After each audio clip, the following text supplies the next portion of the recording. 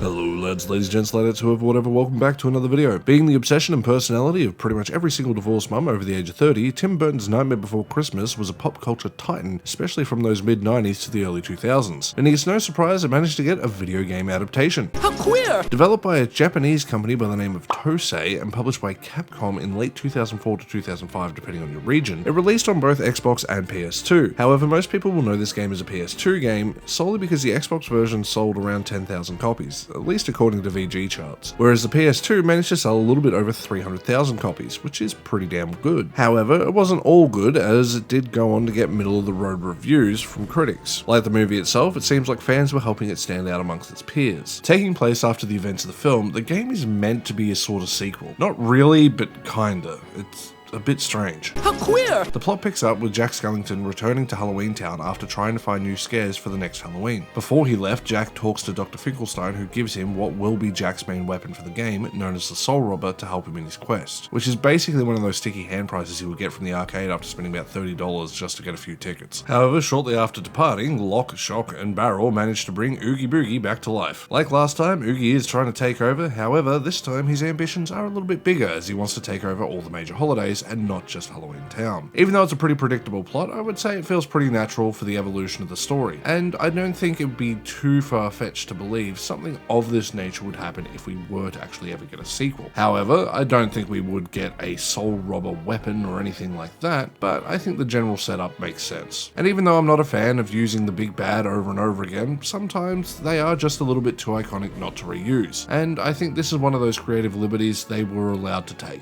At least it's better than what Star Wars did. What could you give me? Diabetes. Jumping into the game, the first thing you'll notice is the game's presentation, and holy shit do they absolutely nail this. From Jack to Oogie to Sally and Zero, and from the mayor to even the clown, everyone looks exactly how you would expect, even the town itself. With the exception of Kingdom Hearts, this is the only other real depiction we've had of this movie in a game. And even though I love Kingdom Hearts' depiction, I think this game does it even better. I am going to avoid bringing up Kingdom Hearts anymore just because they're two different games, because even though they're both hack and slash based games, they are very different when it comes to their core design, so I think it's important to mention that. The game's art style matches that of Tim Burton's basically perfectly, and although it is not visually flawless by any means, I think this is one of the best looking PS2 games, at least artistically, that I have ever seen. And I can only think of one game that does this type of art style just as good, if not better, and that is Don't Starve, which is very Tim Burton inspired. With the game's visual presentation being second to none, you would expect them to drop the ball somewhere else. Thankfully, the voice acting is not one of those places,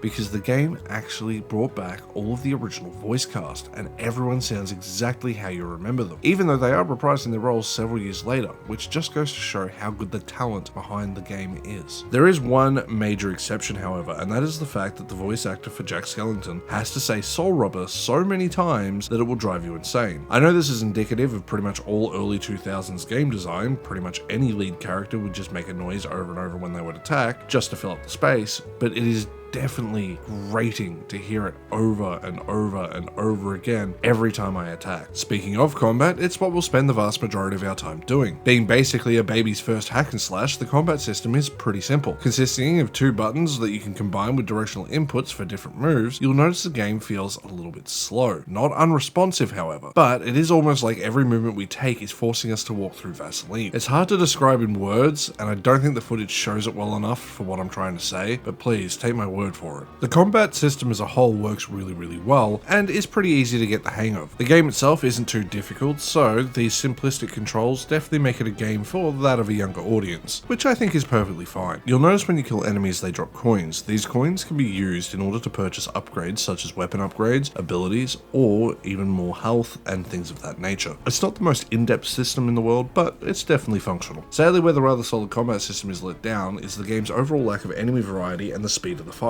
Although functional, it is noticeable, especially in the early game, that it takes a fair while before more enemies get introduced, as we only really get a handful of different variations. We get skeletons, spiders, ghosts, and bosses, and that's basically it for the entire game. Sure, there are some slight variations, but for the most part, it's the same thing over and over again, and this makes the combat a little bit dull, as every fight will start to turn out the same. Mechanically, the game just doesn't evolve enough in order to make these fights more interesting. Furthermore, the speed of the fights is slow, as I I've mentioned before, it feels like you're moving through Vaseline. If the game was about 20% faster, I think it would be a lot more dynamic when it came to the fights. Enemies would be more threatening, and you would actually have to use a lot more skill in order to win these fights, instead of just doing the same combos over and over again because they're functional and do the job. I also think the game's grading system that you get at the end of a level could be a little bit more in depth than what it is. It definitely feels a little bit too easy to get a high rank compared to that of something like DMC or Bayonetta. Beyond the game's combat, we get to explore around Halloween Town and the other locations we would expect to see. With every character you interact with being voiced and modeled so well, as I've mentioned, it's definitely a highlight of the overall experience. It helps elevate the game above being just a quick cash-in. This is definitely a highlight for fans of the movie, as you'll get a lot more behind the scenes than you ever had before, at least when it comes to the characters' personalities. Basically, you're just going to get a little bit more character development than you ever had before. It probably won't change any opinions, but hey, it's nice to have. It's not to say that the exploration doesn't have its faults, however, with the main issue being the fact that you can get lost pretty easily because the game does not give you a lot of direction as to where to go. And it's not saying that the game needs to hold my hand. What I really needed was just a little bit more direction, or at least a good map that made sense as to where I was heading.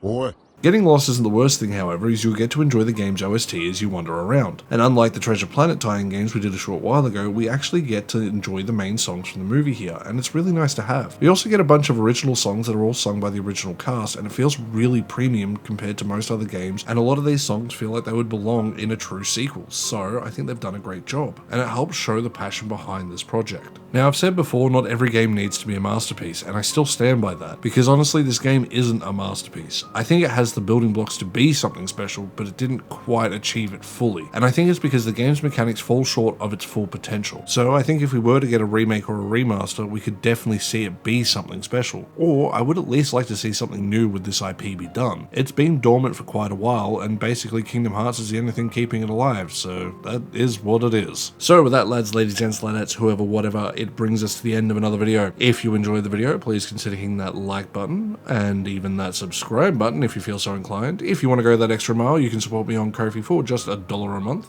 like these lovely people here. So from my family to yours, I would like to wish you a Merry Christmas and all that good stuff. And if you don't celebrate Christmas, I hope you enjoy this time of year anyway, and stay safe. I won't see you guys until the new year, in which the first video will be a bunch of announcements, so I hope you stick around for that when it happens and all that jazz. Stay safe out there.